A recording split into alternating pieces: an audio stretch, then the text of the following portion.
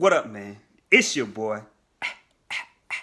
Mr. GC Adrian Taylor, back at it again, man.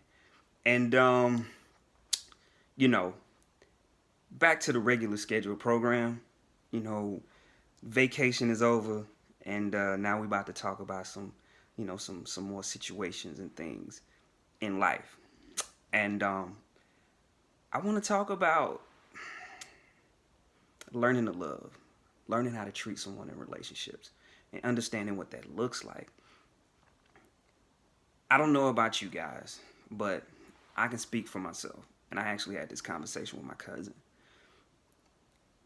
I never seen what a good relationship was like. I think that, you know, my parents come from that era where, you got married super young, and you just stuck it out and dealt with things. But I never seen like a compassion, for each other. I never seen them have words of affirmation, within each other. I never seen them, oh baby, I love you, or any of that, throughout my life. I never really saw any of that. And so I know, well, for me, it affected me more ways than others.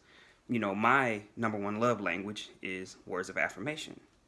And understanding I need that is because of the simple fact that I didn't see that, growing up. And I want to make sure that I'm doing the right things for my wife and that she's happy with, the things that I'm doing.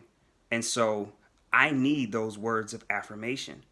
And I had to learn, to listen to women, being in relationships and things of that nature, because that's just not something I was taught.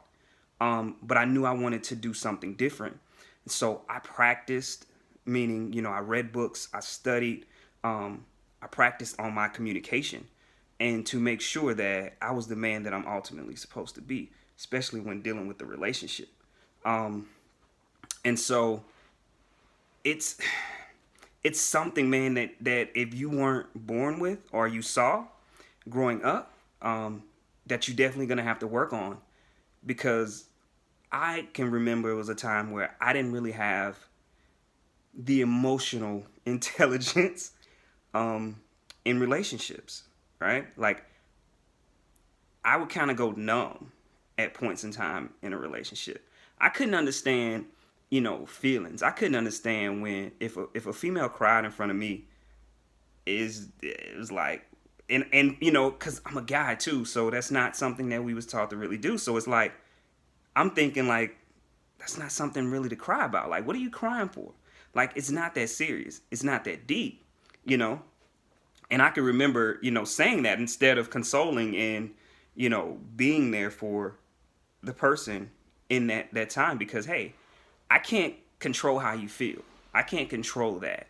You know what I mean? I could just work on how I console you, what I do in that time. We have different feelings. Our feelings aren't the same. I'm not really that sensitive of a person. So I had to learn how to, be that and have those emotions and feelings in a relationship, and learn how to deal with that, because that's not something that I've seen. And that's no knock, but I know I wanted to have something different. That could ultimately work, for that day and age, but I knew ultimately that wasn't what I wanted in my marriage. And I knew I wanted to have better communication and understanding of each other, and also tell you I love you, tell you sexy. I try to make it a point to tell my wife she's sexy every day, she cute every day, she fine every day. Just because I'm not gonna necessarily say she needs to hear that, but I want to make sure that she hearing it from me and not somebody else in the streets. You feel me? Like, she knows she fine, but also she know her man thinks she fine too. You feel me? So she need to hear that from me first and foremost. You know what I'm saying? So that way she feels secure and she knows that I love her in every aspect of, our relationship. And we had that opening and honest communication. So I wanna know if any of you guys were kind of grew up that way. You felt that way. You didn't really grow up seeing the loving parents. Them and their relationship in a way that made you aspire to have those same types of things. And then also, how were you able to overcome that? So when you were in a relationship or when you decided to get married, that you weren't honestly doing the same things that they were doing. All right? Hey, man, don't forget to like, don't forget to subscribe, and don't forget to share my stuff, man. I'm going to keep it coming all the time. You already know. It's your boy, Mr. GC Aiden Taylor.